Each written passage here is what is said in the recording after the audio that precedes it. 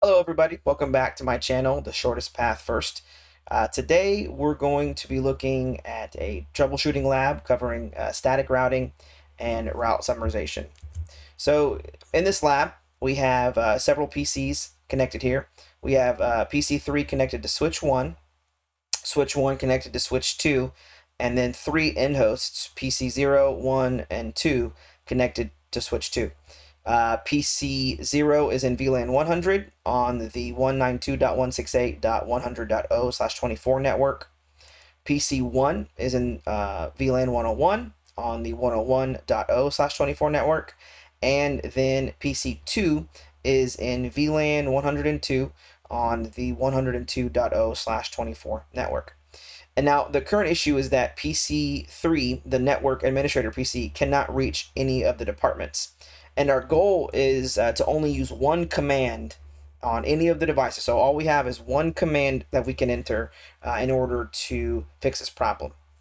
So in order to start troubleshooting this, what I like to do is I like to verify the scope of the problem. So I'm going to pull up our network administrator PC, and I'm going to go to the command prompt here, and I'm just going to verify that I cannot ping any of those devices. Now I'm using the .10 address on each of the end hosts.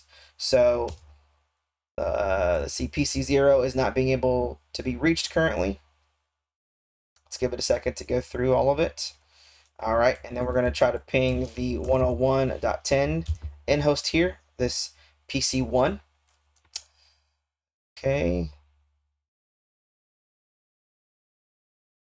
All right, and then lastly, we're going to ping the 102.10 end host here in this PC2. So while we're here, let's go ahead and confirm that this PC is configured properly. All right, so we have an IP address of 99.99.99.2 and a default gateway of 99.99.99.1. So let's try to ping our default gateway and just make sure we have connectivity that way. All right, and we are successful. All right, so we know that the issue is not between PC3 and switch 1. Let's go to switch 1 here, and let's check out the configurations for it. Okay, let's see what interfaces we have configured. Let me change this for you so it looks a little bit better. Okay, so we have the 1023 interface. That was the default gateway of PC3. And then this gigabit 1024 interface here has an IP address of 10.0.0.1. Let's confirm the subnet that the 10.0.0.1 is in so we can verify that the other interface on switch 2 is also in the correct subnet. So let's go to show run. Now, in a previous video, I mentioned that we don't want to just do show run. While we can get away with it here, it's a small lab. There's not a lot of configurations. In a real-world network, if we do the show run command, we're going to have hundreds of lines of configuration. So we just want to limit ourselves to the actual information we need. Packet tracer is a little limited, so usually we could do interface, gigabit 1, 0, 24, like that, but that's not an available command in packet tracer. So what we have to do is a little workaround for packet tracer. We could do section, and we're going to leave off the gigabit part and just type in the interface number, and it'll pull up the information for that interface. All right, so we can see that we are dealing with a subnet, a /30 subnet. So we should expect the opposing interface here to have 10.0.0.2. Okay, so let's go to switch 2. Let's verify that that is working correctly. Let's just go and do show run, same thing we did before, and it is the same interface on this switch. We'll do like that, and it does have the 10.0.0.2 address in the proper subnet. Okay, so everything is configured here properly. One quick thing here, these are layer 3 switches.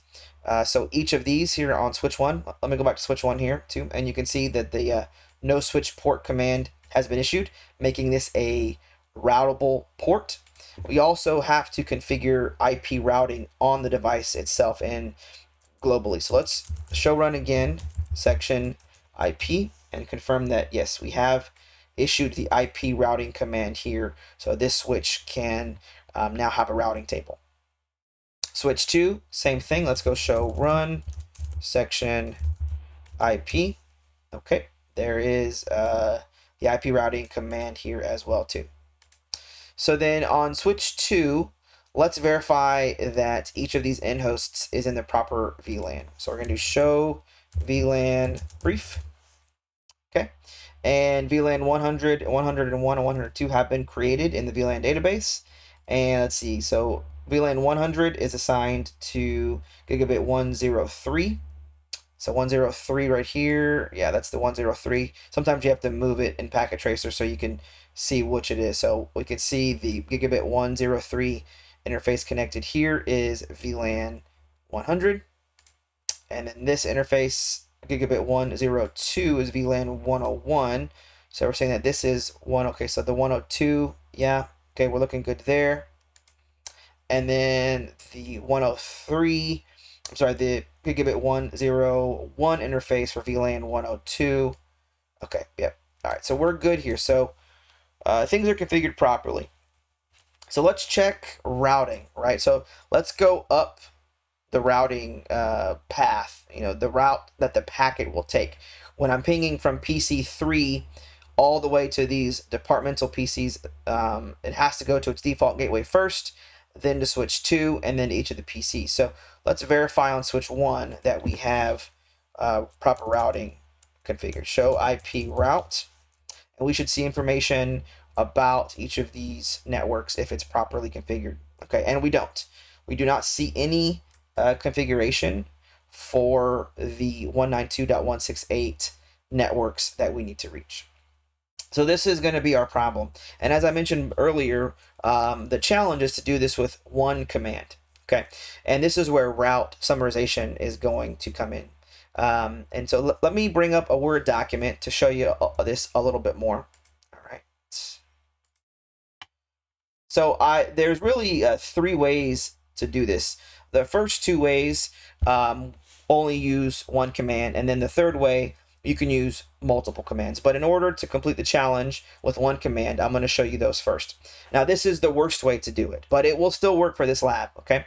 And what it's going to take, giving a route to the routing table that covers all of the IPs in the /16 network. So anything that starts with 192.168, we're going to say can be routed here. Okay, and so that command will look like this: IP route.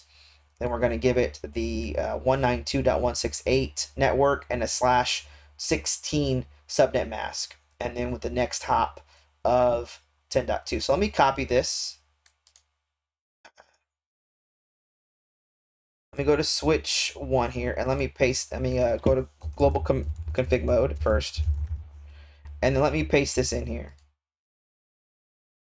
Okay, now let's look at the routing table, and we can tell that it has now been that route has now been installed in the routing table. So this will generate connectivity between all the devices. So let's go to PC3 and let's just verify that. So we're going to ping PC0.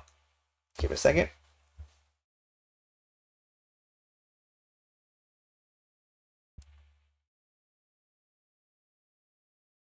Yep, this can take a while sometimes in packet tracer. Oh, and there we go. You can tell here that the last 2 pings worked. The first 2 is because ARP has to process.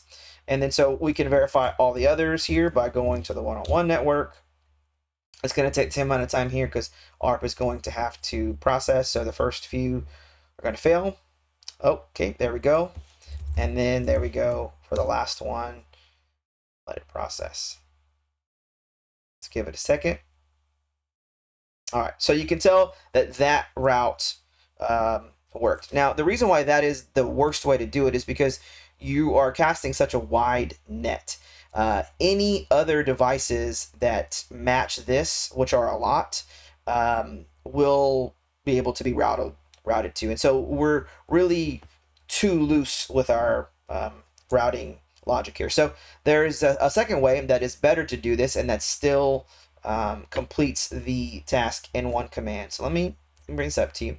So what that's going to entail, and I want to explain this to you a little bit. So in order to understand the smallest summary route that I can use that's going to capture each of these networks right here, the 192.168.100.0 network, the .101.0 network, and the .102.0 network. The easiest way to explain this is to convert each of these IP addresses into binary. Okay, so that's what I've done here. I've converted each of these IP addresses into binary. So this first octet in binary equals 192 in decimal. Same thing here. This second octet equals 168 in decimal. And then this is where we have to focus, and I've shown you here. So once you start lining up all of the binary bits here, you can tell that if you look at all these different networks, let me add another space here, you can tell they're all the same through this third octet up to the sixth bit. 011-001, 011-001, 011-001. So they're the same. But you can tell on this seventh bit in the third octet that they are different. So this is where the difference is. So we can capture the entire route by using this subnet mask. So I can give the 192.168.100.0 network, but I can say I want you to match everything up through the sixth bit of the third octet, and then after that the seventh bit and the eighth bit, and then all of the fourth octet are going to be unique. So if we do some binary math here, that's how we get 252. Okay, so this first bit is 128 plus 64 plus 32 plus 16 plus 8 plus 4. That's going to equal 252 if you do that math. So that's how that works. So if we take this command, this will work as well. So let's copy this. Let's go back to our switch here. Now we need to take off this route. So I'm going to say no. And we will see that it's no longer there. Okay, that has left. And now we're going to paste in our summarized route. And check that again. And see, that is here. And we will have connectivity. I think we still have connectivity there.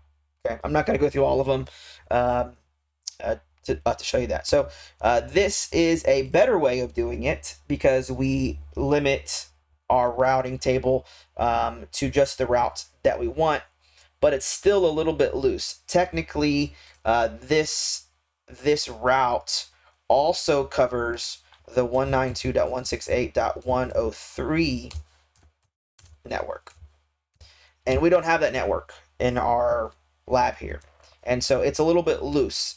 And so really the best practice when you need to create static routing is you want to just use 3 separate commands, or you only want to use routes for the networks you have. Okay, so let me copy these, and then let's go back to the switch here. Let me take off this route here. And once I put all these in, we're going to see 3 separate entries. Okay. So I remove that one. Let me paste these in here. I forgot the next hop address.